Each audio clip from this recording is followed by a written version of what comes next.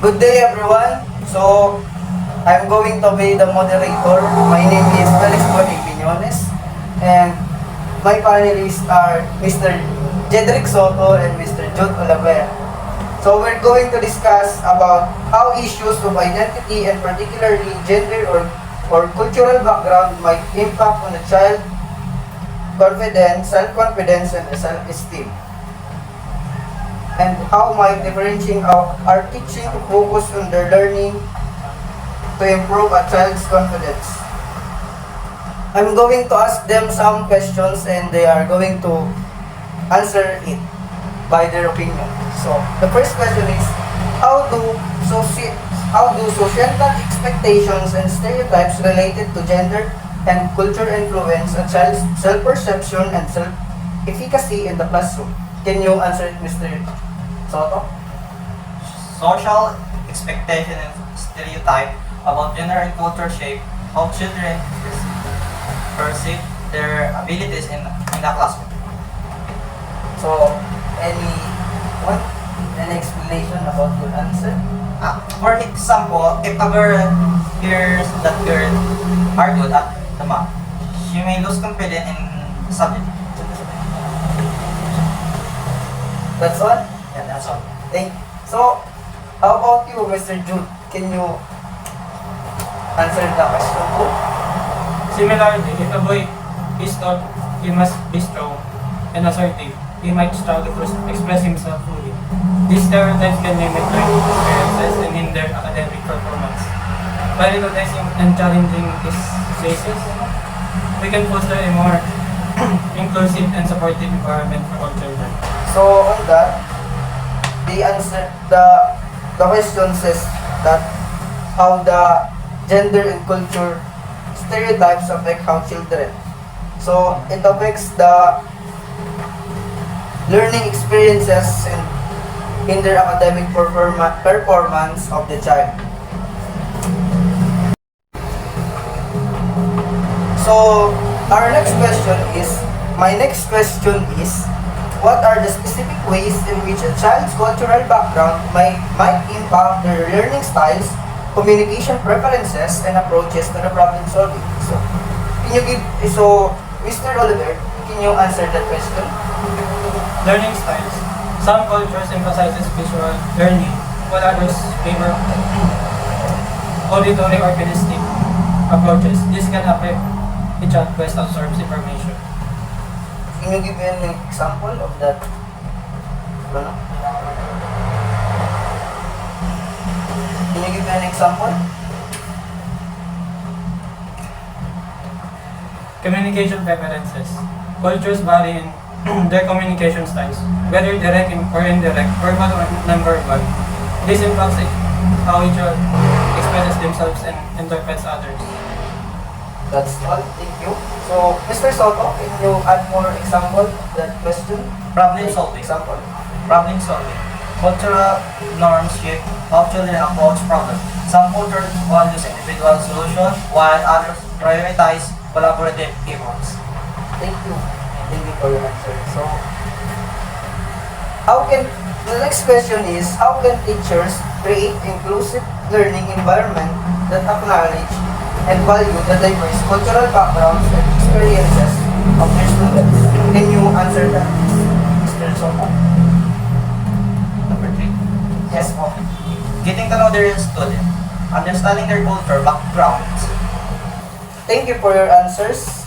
So, my next question is, how can teachers create inclusive learning environments that acknowledge and value the diverse cultural backgrounds and experiences of their students? Can you give me some inclusive learning environments that the teachers can do? Okay. Teachers can create inclusive learning environment by this, getting to know their student, understand their cultural backgrounds, preference, and interests, helps tailor learning experience to be meaningful and reflective. Incorporated diverse perspective, useful culturally relevant materials, stories, and example in that curriculum. That's all? Yeah. Thank you for your answer. How about you, Mr. Jude? Can you give me some some learning environments? One example is fostering open communication. Create a safe space for students to share their experiences and perspectives, promoting empathy and understanding. And another one is using differentiated instruction. Adapt teaching methods and materials to cater to diverse learning styles and needs. So, that's all. Thank you. Next question. Our next question is, discuss the role of culturally responsive pedagogy in fostering a sense of belonging and confidence in students from marginalized or underrepresented groups. Can you give me some answer about that, Mr. Oliver? The importance of culturally responsive pedagogy is by creating a sense of belonging. Like representation, students they see themselves in what they learn, with materials that reflect their diverse backgrounds. And validation. Incorporating students' cultural experiences shows that their identities are valued.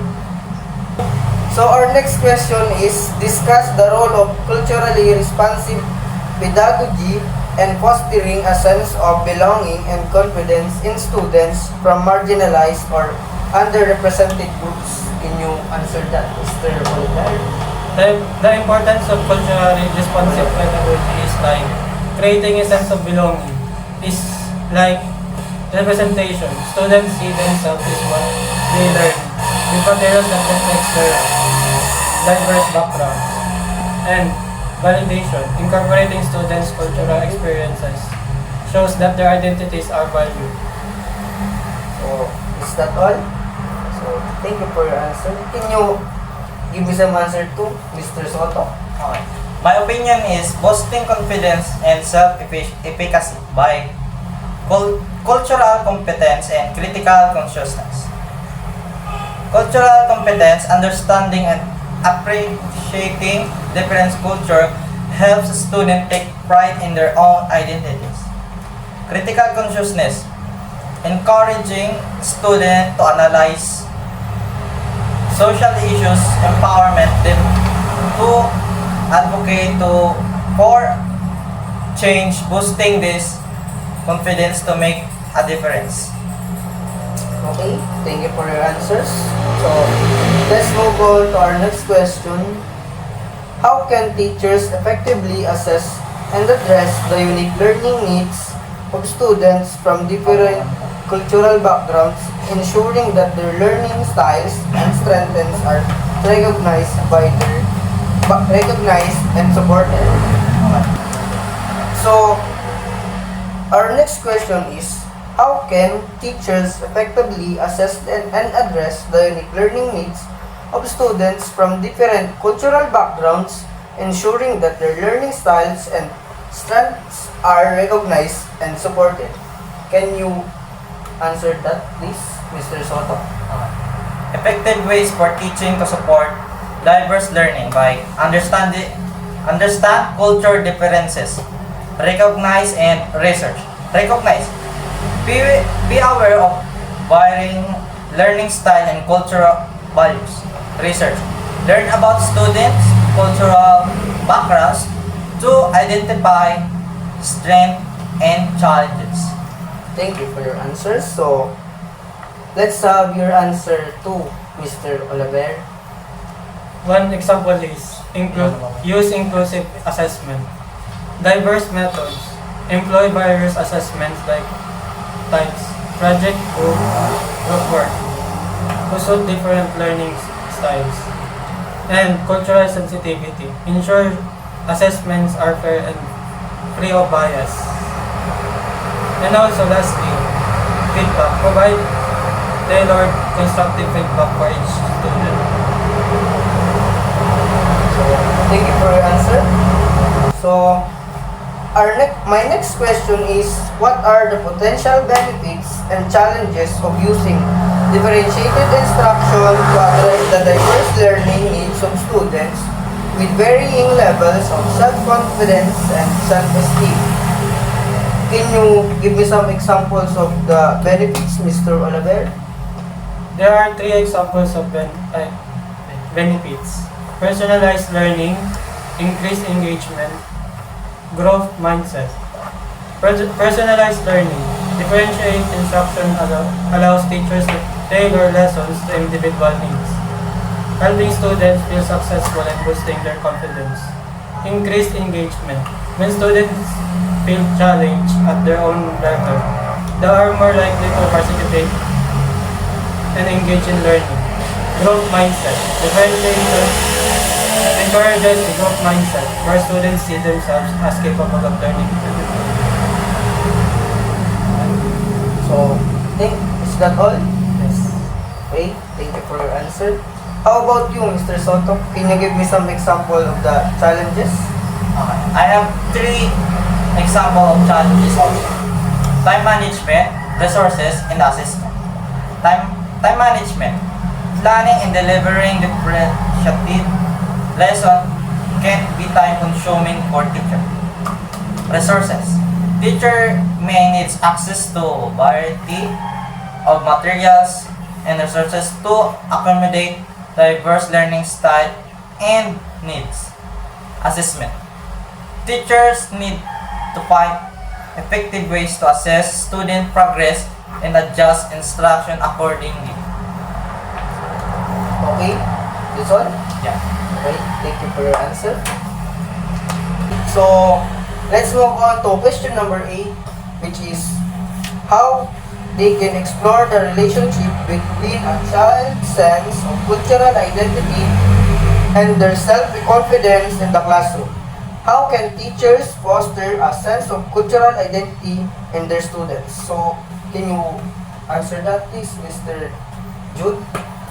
Here's how teachers can foster a positive sense of cultural identity through celebrate diversity, recognize and value the unique cultures of all students, include diversity, use materials and stories that represent the variety of cultures, and encourage sharing, create opportunities for students to share the cultural experiences and tradition. And lastly, respectful language. Use language that is inclusive and avoids stereotypes. Sol? Thank you for your answer. So, can you give me an explanation why is the example that was given by Mr. Jude valid? Mr. Soto, please answer the question. Proceed. It's because a child sets a cultural identity that strongly linked to their self-confidence in the classroom.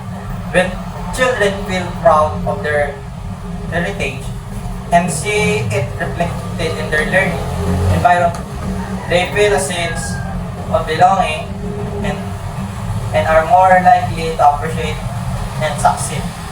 By creating a classroom where all cultures are celebrated, teachers can help students feel confident and empowerment to be their self. That's all? Yeah, that's all. Okay. Thank you for your wonderful explanation. So, okay. Now, let's move on to question number 9. What are the ethical considerations involved in differentiating instruction based on gender and cultural background? How can teachers ensure that their approach is equitable and avoids perpetuating stereotypes? Can you answer that please, Mr. Soto? Okay. Ethical concern. Stereotyping. Differences based on gender or culture can easily lead to reinforcing harmful stereotypes about how certain groups learn to behave. Unfair advantage or disadvantage. It's not carefully implemented. Differentiation could unintentionally give some student an advantage while disadvantage others. Thank you. Okay, thank you for your answer. How about you, Mr. Jude? Can you give me some answer to about the question? Here's another example. Ensuring equity.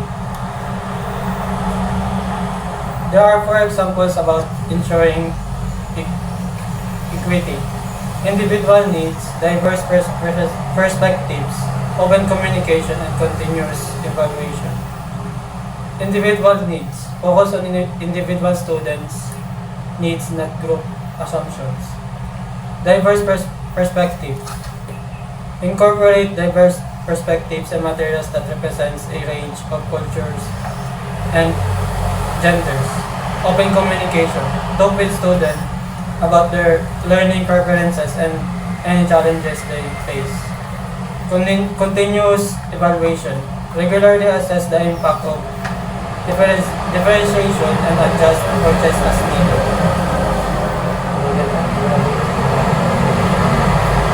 That's all? Okay, thank you. Okay, so thank you for your answers about the question number 9. Now, we can proceed to question number 10. So, how can educators collaborate with families and communities to support development of self-confidence and self-esteem in children from diverse backgrounds? Can you answer that please, Mr. Jude? Yes. I can give two examples of of that question. Sharing information and celebrating diversity. Sharing information. Educators can share information about the importance of self-esteem and how families can support it at home. Celebrating diversity. Schools can organize events that celebrate the cultures and traditions of all students, making everyone feel valued. Okay, that's all you answer, Mr. Jude? Yes. Thank you. So, can you give me some answers to Mr. Soto? I have two examples of that question. So this is number 1. Building partnership. Teachers can work with families to set goals for their child, social emotional development, and track their progress together. And this is number 2. Community involvement. Schools can involve family and community members in activities that promote a sense of belonging and shared purpose. Thank you. Okay, thank you very much for your answer. Now, we will end this discussion.